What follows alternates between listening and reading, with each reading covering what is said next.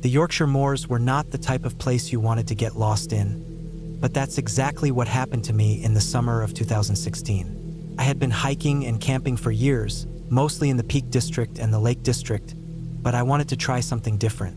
The moors had always fascinated me. Vast, empty, and unforgiving. There was something unsettling about their emptiness, and I wanted to experience that isolation firsthand. I had planned a 4-day solo camping trip through a remote stretch of the moors, following an old trail that wasn't on any modern maps. I had found it in a book about forgotten hiking routes and thought it would be a good challenge. The book warned about rough terrain and unpredictable weather, but I was confident. I had a sturdy rucksack, a reliable tent, and enough supplies to last a week if needed. I set off early on a Wednesday morning, parking my car in a small village and heading straight into the wilderness. The first day was uneventful. I hiked for hours, surrounded by endless rolling hills covered in thick, wind-swept grass. The sky was a dull gray, the air cool but not unpleasant. I found a decent spot near a small stream and set up camp. That night, the silence felt heavier than I expected. The moors were different from forests. There was no rustling of leaves, no distant howls of animals, just an oppressive stillness. I barely slept. Every time the wind shifted, I thought I heard something moving in the distance. I told myself it was just the moors playing tricks on me. On the second day, I pushed further into the hills, following the old trail as best as I could. It was overgrown and barely visible, but I managed to stay on course. By midday, the terrain became more difficult. The hills turned steeper, and the ground was uneven, covered in loose rocks and thick patches of heather. I was exhausted by the time I found a place to set up my tent. That night, I heard footsteps. Not animal footsteps, human. Slow, deliberate. At first, I thought I was imagining it, but then I heard them again. They weren't close, but they were there, moving somewhere beyond my tent. I sat up, heart pounding, listening for any other sounds. The moors were supposed to be empty. I hadn't seen another person all day. I grabbed my torch and unzipped the tent just enough to peek outside. The darkness was overwhelming. The moors stretched out endlessly in all directions, but I saw nothing. No movement, no figures, nothing. I listened for another minute, but the footsteps were gone. I convinced myself it was just my mind playing tricks on me. I tried to sleep, but every small sound kept me on edge. By the third day, I was feeling uneasy. I was far from the village now, in a part of the moors that felt untouched. The landscape was harsher, with deep gullies and sudden drops that made hiking dangerous. My nerves were starting to get the better of me, and I kept glancing over my shoulder, feeling as if I wasn't alone. That evening, I made camp in a small dip between two hills, hoping it would offer some shelter from the wind. I set up my tent, cooked a small meal, and tried to shake off the sense of unease. But as the sun dipped below the horizon, I noticed something strange. There was a shape on the far hill. At first, I thought it was just a rock, but as the light faded, I realized it was standing. A figure, too far to make out any details, but definitely human. My stomach twisted. It wasn't moving, just standing there watching. I forced myself to look away, telling myself it was nothing. Maybe a lone hiker, maybe just my imagination. But when I looked back, it was gone. That night, I barely slept. The footsteps returned, closer this time. Slow, cautious, circling my tent. My breath was shallow, my heart hammering. I didn't dare move. I lay there, gripping my knife, waiting for something to happen. Hours passed. The footsteps came and went, but nothing else happened. Eventually, exhaustion won, and I drifted into a restless sleep. By the fourth day, I was done. I had planned to stay another night, but I couldn't shake the feeling that I was being watched. I packed up early and started the long hike back, but the moors had other plans. An hour into my hike, I realized the trail had disappeared. The landscape looked unfamiliar, even though I had been careful to follow my map. I should have been heading west back towards the village, but somehow I was deeper into the hills. My compass still pointed in the right direction, but nothing matched what I expected. The hills seemed taller, the valleys steeper. I kept walking, hoping I'd find a familiar landmark. But as the hours dragged on, I started to panic. The moors all looked the same, endless stretches of grass and rock with no real markers. The sky was growing darker, and I knew I couldn't afford to be caught out here for another night. Then I saw it, a structure in the distance, small, made of stone, barely visible against the landscape. My heart leapt. A shepherd's hut, maybe an old bothy. Shelter. I hurried towards it, the wind picking up around me. As I got closer, I realized it was more ruin than hut. The walls were crumbling, the roof half collapsed. But it was something. I stepped inside, grateful for the break from the wind. The inside was dark, damp, but empty. No signs of recent use. Just an old wooden bench and a pile of stones where a fire pit used to be. I dropped my pack, breathing heavily, and then I saw the footprints, fresh, leading from the doorway to the back of the hut. Not mine. I froze. Someone had been here, recently, maybe still was. The wind howled outside, rattling the broken walls. I gripped my knife, stepping backwards towards the entrance. I needed to leave, out, and then I heard it. A breath, not mine, close. I didn't look. I didn't hesitate. I ran. I didn't stop, didn't think, just moved. My legs burned, my lungs ached, but I kept going. The landscape blurred around me, the sky darkening with every step. I don't know how long I ran before I saw the lights, distant, flickering. The village, my car. I stumbled the last stretch, barely able to breathe. I didn't look back. I threw my pack into the car, started the engine, and didn't stop until I was miles away. I never went back. To this day, I don't know who or what I encountered out there. Maybe it was just another hiker, maybe something worse. But I do know one thing. The moors are not as empty as they seem, and some places are best left alone.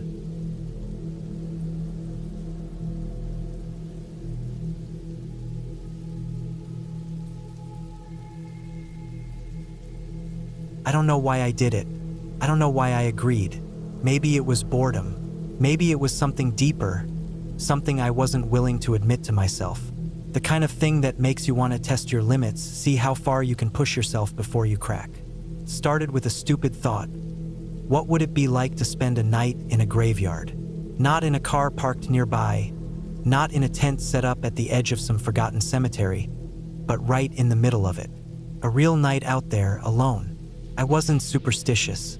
I didn't believe in ghosts, spirits, or any of that nonsense. But I did believe in people. People were unpredictable, dangerous. And cemeteries, well, they weren't exactly high-traffic areas. They attracted the kind of people you didn't want to run into when you were alone in the dark.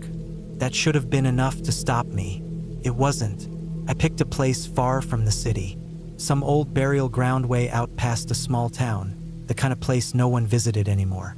The land was uneven, covered in wild grass, and the headstones were cracked, some half-buried from years of neglect. It was the perfect spot.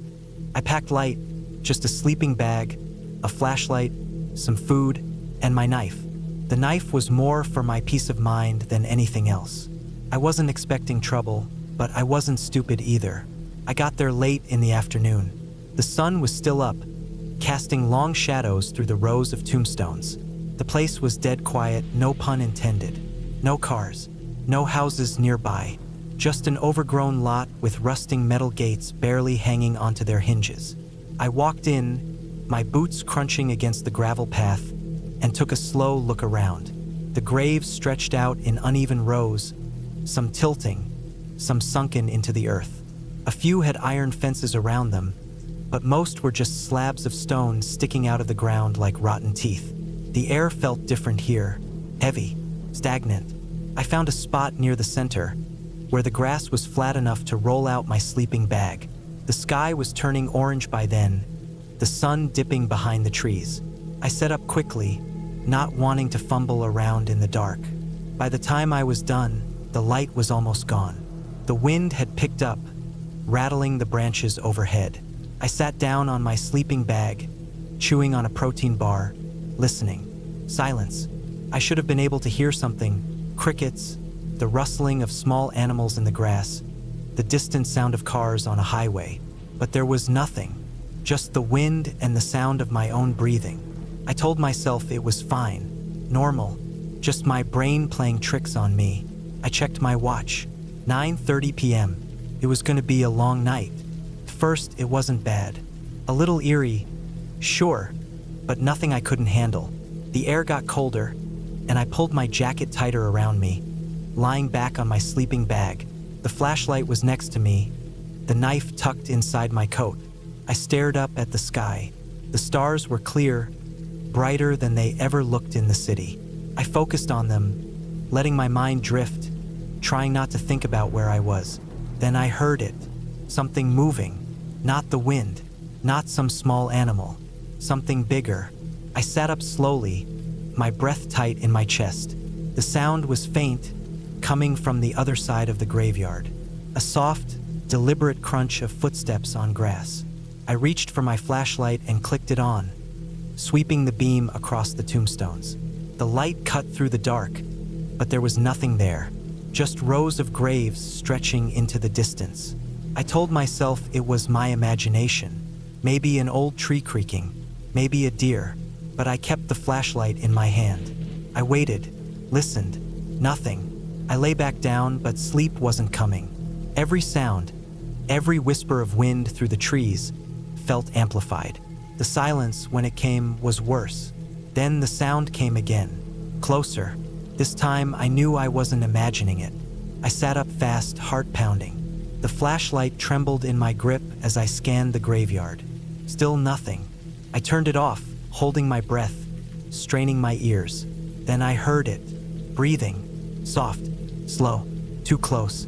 I froze, every muscle in my body locking up. The sound was just beyond my vision, behind one of the headstones. I gripped the knife inside my jacket, forcing myself to move. I clicked the flashlight back on and pointed it toward the sound. Nothing. The breath was gone. I stood up, every hair on my body standing on end. I wasn't alone. I knew that now. I didn't call out. That would have been stupid. Whoever was out here already knew I was here. I scanned the graves, my heart slamming against my ribs. I could feel the cold sweat on my back, my pulse hammering in my ears. Then I saw it, a shape, low to the ground, half hidden behind a tombstone. I barely had time to react before it moved. Fast, too fast. I stumbled back, nearly dropping the flashlight. The figure darted between the graves, low and silent, moving like it knew the land better than I did. I ran. I didn't think, didn't stop to grab my stuff. I just ran, my boots slipping on the uneven ground, the light bouncing wildly in my grip. I reached the gate, shoving it open so hard the rusted metal screeched. I didn't look back. I ran until my lungs burned, until my legs felt like they were going to give out. I didn't stop until I saw the lights of my car parked on the side of the dirt road. I fumbled for my keys, hands shaking so bad I could barely get them in the lock. I threw myself inside, slamming the door, locking it, my breath coming in ragged gasps. I sat there, gripping the steering wheel, waiting for something, anything, to come out of the darkness. But nothing did. I didn't sleep that night.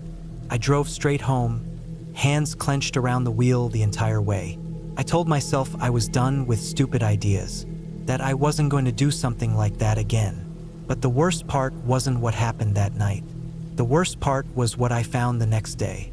When I finally worked up the nerve to go back, just to grab my stuff, nothing else. I found my sleeping bag right where I left it, but my flashlight was gone, and so was my knife. And there, in the dirt, were footprints, not mine, someone else's, leading away from where I'd been sleeping, straight into the trees. I never went back. I never told anyone, but I think about it sometimes. Late at night, when the wind gets too still and the silence gets too deep, and I wonder, who else was out there with me, and what would have happened if I hadn't run? I don't think I want to know, and I sure as hell don't want to find out.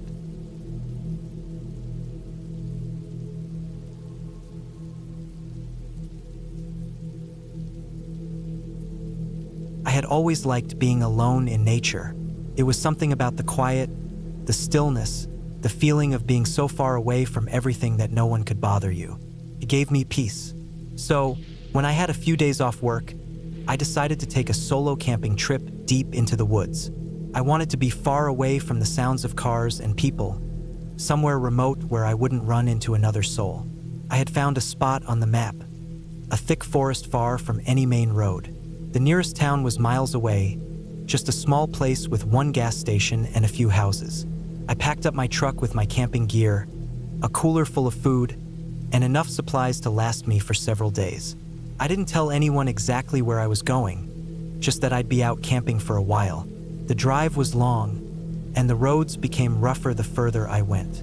Eventually, I left the pavement behind, driving onto a dirt road that cut through the trees. The deeper I went, the narrower the road became, until it was barely more than a trail. I had to drive slowly to avoid potholes and fallen branches. After nearly an hour of this, I finally reached the spot I had marked on my map. The place was perfect, thick trees all around, no sign of people, and a small clearing just big enough for my tent. A creek ran nearby, and I could hear the water trickling over rocks. It was exactly what I wanted, complete solitude. I set up my tent, gathered firewood, and cooked myself a simple meal as the sun started to set. The air was crisp, and the forest was alive with the sounds of crickets and the occasional rustling of leaves as some small animal moved through the undergrowth. I sat by the fire, watching the flames dance, feeling that deep sense of calm that I had been craving. But that night, something felt off. At first, I thought it was just my imagination. I was out in the woods alone. Of course, my mind would play tricks on me. But as I lay in my sleeping bag, staring up at the tent ceiling, I couldn't shake the feeling that something was wrong. It wasn't a sound or a movement that set me off. It was the silence. The forest had gone quiet. No crickets, no rustling, just complete, unnatural stillness. I held my breath, listening, straining to hear anything. A breeze should have been moving through the trees, but I couldn't hear it. It was as if the whole forest was holding its breath. Then, just as suddenly as it had stopped, the sounds returned. The crickets started chirping again, the wind moved through the branches, and everything felt normal. I told myself it was nothing, just a strange moment of stillness, and forced myself to sleep. The next morning, I woke up early and decided to explore. I wanted to hike deeper into the woods, see if I could find a better spot or maybe just enjoy the walk. I packed a small bag with water and snacks, grabbed my knife, just in case, and set off. The forest was dense, but I followed the creek, figuring it would lead me back to camp easily. I walked for hours, taking in the sights, breathing in the fresh air. But as I moved deeper into the trees, I started noticing things that felt out of place. A tree with deep claw marks gouged into the bark. A pile of bones, not animal bones, but something larger, arranged in a way that didn't look natural.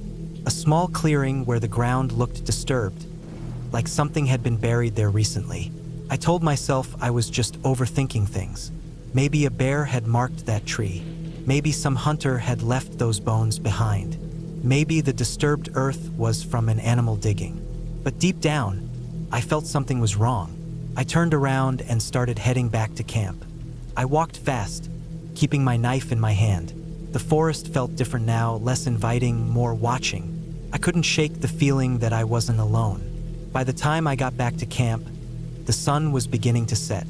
I threw more wood on the fire, trying to push back the unease I felt. But then I saw something that made my blood run cold. Footprints, not mine. They circled my camp, moving through the dirt near my tent, passing by where I had been sitting the night before. And they weren't fresh. They had been there for hours, maybe even from the night before. Someone had been watching me.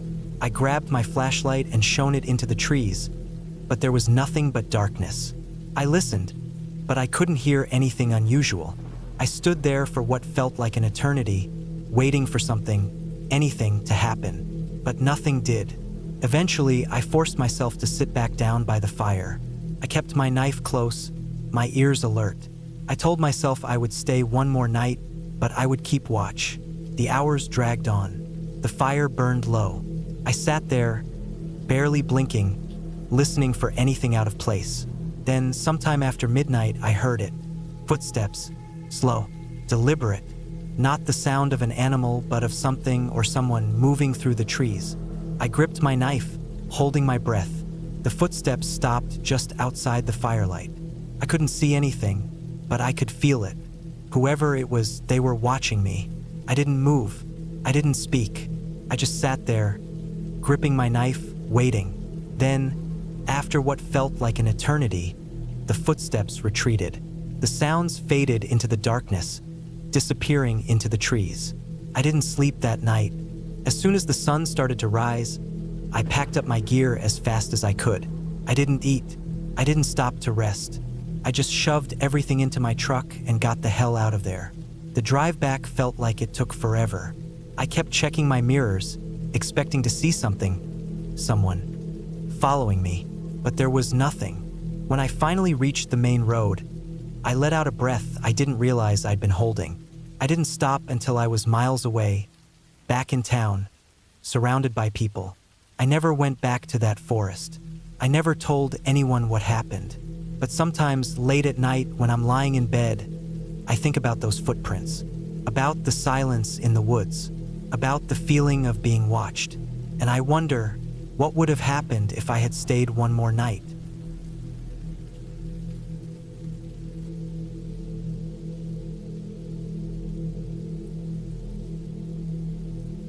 It was the summer of 2014 when my auntie asked me to go camping with her for a few days. She had always been the adventurous type, the kind of person who didn't mind sleeping in a tent in the middle of nowhere. I wasn't as eager as she was, but I didn't have much going on that summer, so I agreed. We drove out to a remote area in northern Canada, far from any town or city. My auntie had heard about this spot from a friend. It was deep in the forest, near a lake, and barely anyone knew about it. There was no cell service, no marked trails, just nature and silence. She loved that kind of thing. I wasn't sure how I felt about it yet. The drive took hours, and as we got further from civilization, the roads became rougher. The trees lined both sides of the road so thickly that the sunlight barely reached through. I remember staring out the window, watching the towering pines blur past, feeling a strange mix of excitement and unease. When we finally reached the campsite, it was nearly evening. The air was still, and the only sound was the occasional rustling of leaves. We found a small clearing near the lake and set up our tent. It was a basic two-person tent, nothing fancy. My auntie handled most of the setup since she was more experienced, while I gathered wood for the fire. As the sun dipped behind the trees, the temperature dropped. The fire crackled between us, casting flickering shadows on the surrounding trees. The lake was calm, reflecting the darkening sky. It should have been peaceful, but something felt off. The forest was too quiet. Usually, you'd hear birds or insects, but there was nothing, just silence. I tried to ignore it, convincing myself that I was just being paranoid. We ate dinner, sat by the fire for a while, and then decided to get some sleep. My auntie was out within minutes, but I struggled to fall asleep. The silence outside felt heavy, pressing down on me. At some point in the night, I must have dozed off because I woke up to the sound of twigs snapping outside the tent. My eyes snapped open, heart pounding. It wasn't the wind. It wasn't an animal scurrying through the underbrush. It was the sound of footsteps. I held my breath, listening. The footsteps were slow, deliberate. They circled the tent. I wanted to wake my auntie, but I was frozen in place, terrified that whoever, or whatever, was out there would hear me move. Then the footsteps stopped. I waited, staring at the thin fabric of the tent, trying to see if there was a shadow or a shape outside. Nothing. The silence stretched on, and eventually, I convinced myself that it had been an animal after all. Maybe a deer, maybe a raccoon. I forced myself to close my eyes and eventually drifted off. The next morning, my auntie was up before me, boiling water over the fire. I hesitated before telling her what I had heard. I expected her to dismiss it, but instead, she frowned. "We should check around," she said. We walked around the campsite, looking for any signs of disturbance. That's when we saw them. Footprints. Human footprints. They weren't ours. They were larger, heavier. They circled our tent several times before disappearing into the woods. My stomach twisted. Someone had been out there last night watching us. "We're leaving," my auntie said. We packed up as fast as we could. I kept looking over my shoulder, expecting to see someone watching us from the trees. But there was nothing. The drive back felt longer than before, the forest closing in around us. Neither of us spoke much. We didn't need to. We both knew what had happened. Someone had been out there. Someone had been watching us. We never went back to that spot again.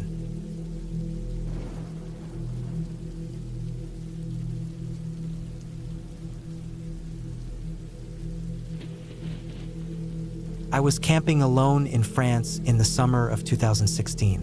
It wasn't my first time camping by myself, and it wasn't my first time in France either. I had done solo trips before, mostly in the UK, but I wanted something different this time.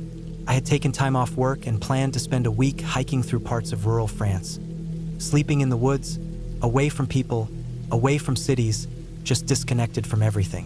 I had picked a spot deep in a forest in the Auvergne region. It wasn't a touristy place, which was exactly what I wanted. The forest stretched for miles, dense with towering pines and narrow trails. It was the kind of place where you wouldn't just stumble across other people. You had to want to be there. I had arrived late in the afternoon, parked my rental car near the edge of a dirt road, and hiked about 4 miles in. The deeper I went, the quieter it got.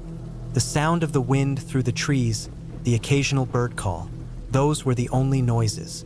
I found a clearing near a slow-moving stream and set up camp. A small tent, a campfire, my backpack with food and a knife. That was all I needed. The first night was peaceful. I cooked some canned food over the fire, listened to the sounds of the forest, and eventually drifted off to sleep. The next day, I spent hours hiking around, exploring, and enjoying the solitude. I followed an old, overgrown path that barely looked like a trail anymore, pushing through thick brush and climbing over fallen logs. By late afternoon, I started heading back toward my campsite, taking a slightly different route. That's when I first noticed it. Something felt off. I couldn't explain why, but I suddenly felt like I wasn't alone. There was no sound, no movement, nothing obvious. But something in the air had changed. The forest felt different, heavier. I kept walking, moving a little faster than before. Then I saw it. A footprint. It was fresh, pressed into the damp earth beside the trail. And it wasn't mine. I stopped and looked around. Nothing. Just trees, thick and unmoving. I listened. Still nothing. But that feeling in my gut didn't go away. Someone else had been walking this path not long before me. I shook it off and kept walking, trying to push away the unease creeping up my spine. It was probably just another hiker, maybe a hunter, maybe even an old trail that locals still used. I didn't know, and I didn't want to overthink it. But then I saw another footprint, and another. Whoever it was, they weren't wearing hiking boots. The prints were uneven, rough around the edges, like whoever made them had been dragging their feet. I kept walking, moving quicker now. The sun was starting to dip lower, and I didn't want to get caught out here after dark. When I finally reached my camp, I felt a wave of relief. My tent was still there. My gear was untouched. Everything looked just as I had left it. I tried to shake the feeling off. It was just my mind playing tricks on me. I was alone out here. That's what I had wanted, after all. That night, I sat by the fire, eating another simple meal. The feeling of unease still lingered, but I kept telling myself there was no reason for it. Eventually, I crawled into my tent and tried to sleep. That's when I heard it. A sound. A twig snapping. Close. My eyes snapped open. I held my breath, listening. The fire had burned down to glowing embers, casting a dim light over the campsite. The sound had been close, too close. I reached for my knife, gripping it tightly. Then another sound. Footsteps. Slow. Unsteady. I stayed completely still, heart pounding so hard I could hear it in my ears. Then the footsteps stopped. Silence. I didn't move. I didn't breathe. I just listened. Minutes passed. The silence stretched on. Then, finally, after what felt like an eternity, I heard the footsteps again. moving away this time, fading into the trees. I lay there for hours, knife in hand, wide awake. I didn't sleep at all that night. By morning, I convinced myself it must have been an animal. Maybe a deer, maybe a wild boar, but deep down I knew it wasn't. Those were human footsteps, slow, intentional. Someone had been there. I packed up my camp. I didn't want to stay another night. As I hiked back toward my car, I kept looking over my shoulder. Every few minutes I'd stop and listen, but I never saw anything, never heard anything. But when I reached the dirt road, I saw something that made my stomach drop. My car. There were footprints all around it. Someone had been waiting. I didn't think.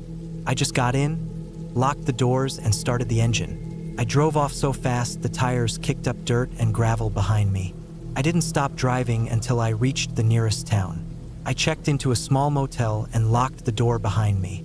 That night, I slept with my knife under my pillow, the weight of it reassuring in my hand. I never went back to that forest. I never camped alone again. And to this day, I still don't know who was out there with me.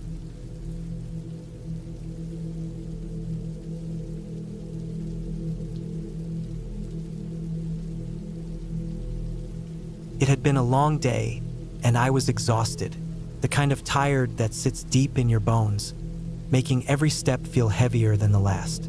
I had been working as a woodsman for years, cutting and hauling timber in remote areas, often working alone or with just a few others. This time, though, I was on a solo job, deep in the woods, far from any town or main road. It was supposed to be a simple gig: cut some marked trees, clear a bit of land, and camp out for a few nights before heading back. I had done it plenty of times before, but something about this trip felt different. The sun had been setting when I finally stopped working for the day. I had a small camp set up just off an old logging trail, a little clearing where I had pitched my tent next to my truck. The air was crisp, the kind of cold that made you grateful for a fire, and the smell of pine and damp earth filled the air. The forest was quiet, aside from the occasional rustling of leaves or the distant hoot of an owl. I sat by the fire, eating a quick meal, feeling the soreness in my arms and legs from hours of work. The fire crackled, throwing flickering shadows around the campsite, but beyond its glow, the woods were pitch black. There was something about being alone in the wilderness at night that always put me on edge, even after all these years. It wasn't fear exactly, just an awareness of how isolated I really was. If anything happened out here, there was no one to help. As the fire died down, I decided to turn in for the night. My tent was a simple setup, just a small one-person tent with a sleeping bag and a lantern inside. I zipped myself in, listening to the wind moving through the trees, and eventually drifted off to sleep. I woke up suddenly. I didn't know what had pulled me from sleep, but I was fully awake, heart pounding in my chest. The tent was silent. No wind, no rustling branches, just an eerie stillness. I lay there, holding my breath, straining to hear something, anything. Then I heard it, a slow, deliberate crunch of leaves. Not the wind, not an animal scurrying through the underbrush. This was something heavy, something stepping carefully, deliberately. I stayed completely still, listening. Another step, then another. Whatever it was close. I reached for the hunting knife I always kept next to me and slowly unzipped the tent just enough to peek out. The fire had burned down to embers, casting a faint orange glow, but beyond that, the woods were pure black. I could barely see past the tree line, and then I saw movement. A figure just barely visible standing between the trees. My breath caught in my throat. It wasn't an animal. It was a person. They weren't moving, just standing there, watching. I felt my pulse hammering in my ears. My mind raced. There shouldn't be anyone out here. This was private land, miles from any town or hiking trails. Whoever this was, they had no reason to be here. I stayed completely still, watching them, hoping they hadn't seen me move.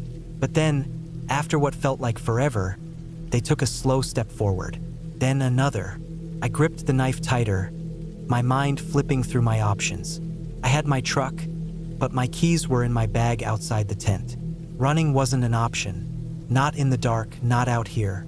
The figure stopped again, just at the edge of my campsite, still too far to make out any details. Then, just as slowly as they had approached, they turned and walked back into the woods. I didn't move, didn't breathe. I just listened, waiting, but I didn't hear any more footsteps, just silence. I waited there for what felt like an eternity, knife in hand, staring into the darkness. Eventually, exhaustion won out, and despite every instinct screaming at me to stay alert, I must have drifted off. I woke up again to the sound of movement. This time, it wasn't just footsteps. It was my truck, the distinct sound of the door handle being tried.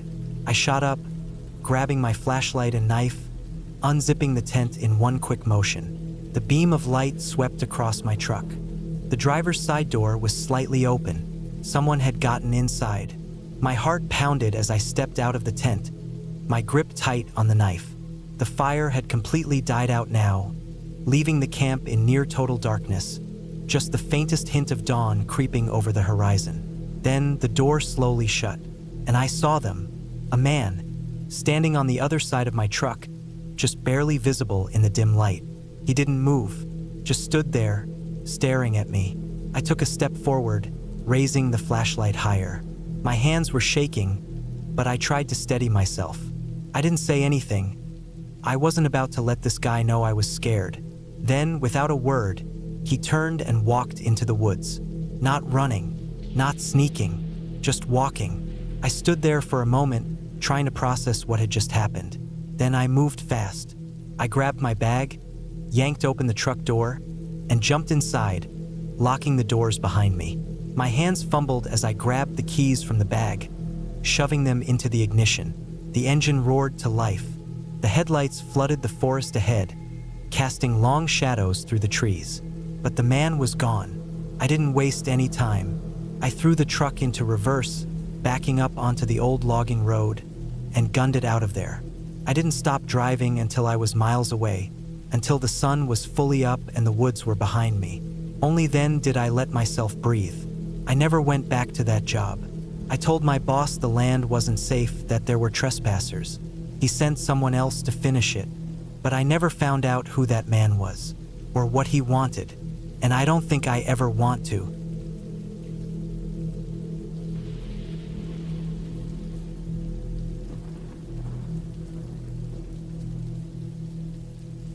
I had been camping alone for years, never having any trouble.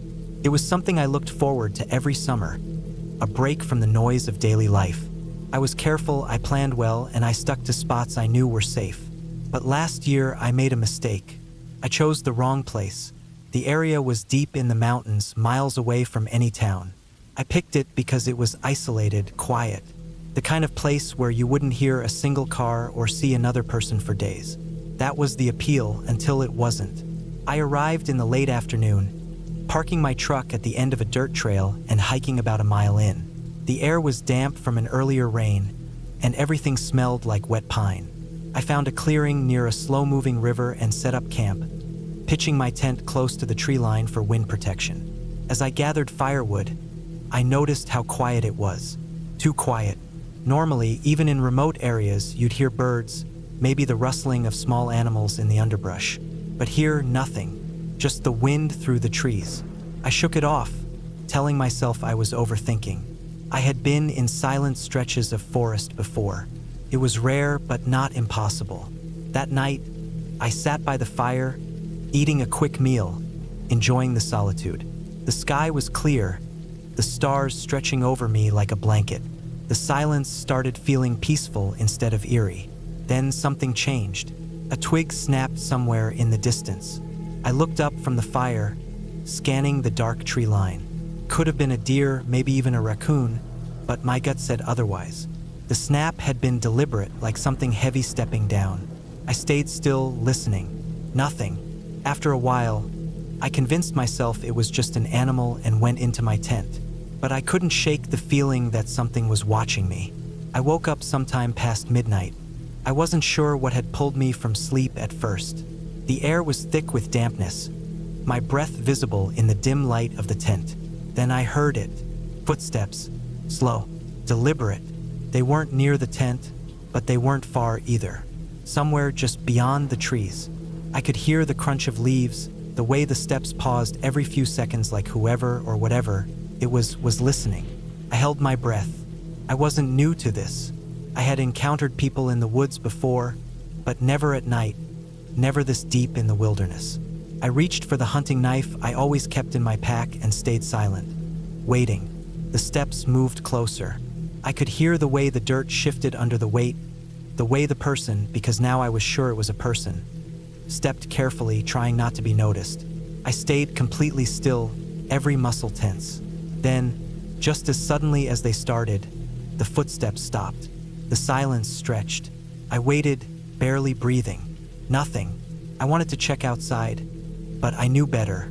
If someone was out there, they were waiting for me to make a move. I forced myself to stay still, gripping my knife, my ears straining for any sound.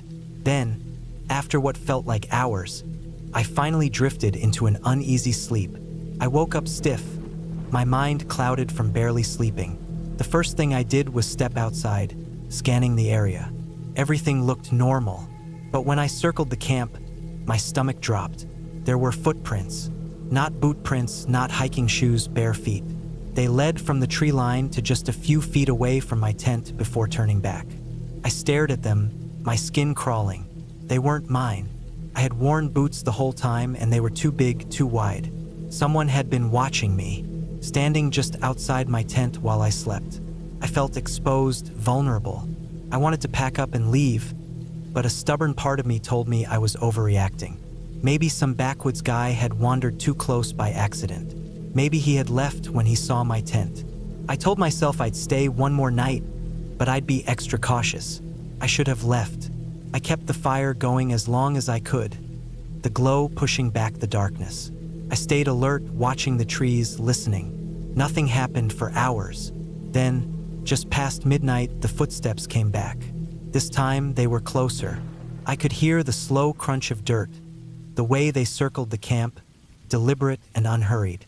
I gripped my knife, every nerve in my body screaming to run. Then, a sound that made my blood turn to ice. A low exhale. Close, too close, right outside the tent. I felt the shift in the air, the presence of something just beyond the thin fabric. I tightened my grip on my knife, my pulse hammering. Then the tent fabric moved, a slow, dragging motion like a hand brushing against it. I snapped. I lunged forward, slashing through the fabric with my knife, bursting out of the tent. Nothing. The fire had burned down to embers, barely illuminating the area. The woods were empty, but the footprints were there, fresh, leading right up to my tent, then vanishing back into the trees. I grabbed my gear, not even bothering to pack properly. I just stuffed what I could into my pack and bolted. The mile back to my truck felt endless. Every crack of a branch made me spin around, knife in hand, expecting something to lunge from the darkness. Nothing did. I reached my truck, throwing my gear into the back, my hands shaking. I drove, not stopping, not looking back. It was only when I got home that I noticed the final, chilling detail. My tent had been slashed, not from my knife, but from the outside. Long, deep cuts in the fabric. Whoever had been out there, they weren't just watching. They were trying to get in. I don't camp alone anymore,